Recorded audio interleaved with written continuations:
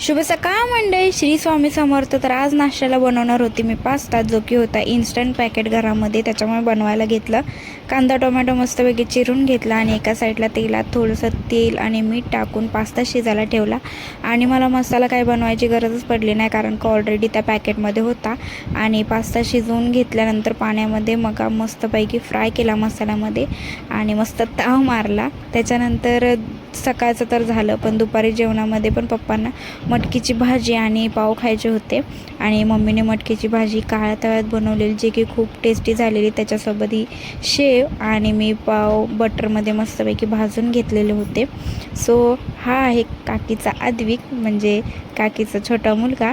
तो मला दाखवत होता की मी कपाटामध्ये एवढ्याशा जागेत कसा बसतो बघ, म्हणून त्याचा मी व्हिडिओ घेतला.